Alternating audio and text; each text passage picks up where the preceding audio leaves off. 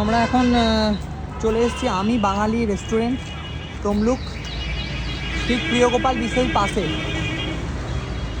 একদম রোডের ধারেই। তো আজকে বার্থডে ট্রিট খাওয়াচ্ছে দীপঙ্কর। এই যে তো এই যে আমরা সকল পুরো ফ্যামিলি আছি আমরা। এই যে এই দিচ্ছে সব থেকে বড় মেম্বার আমাদের সৃজা, হাই করে দে।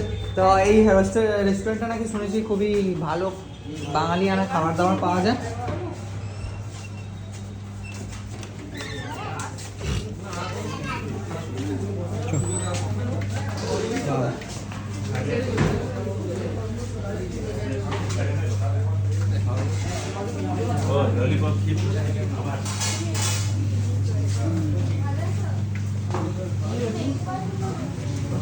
আমাদের 6 জন এখানে হয়ে যাবে।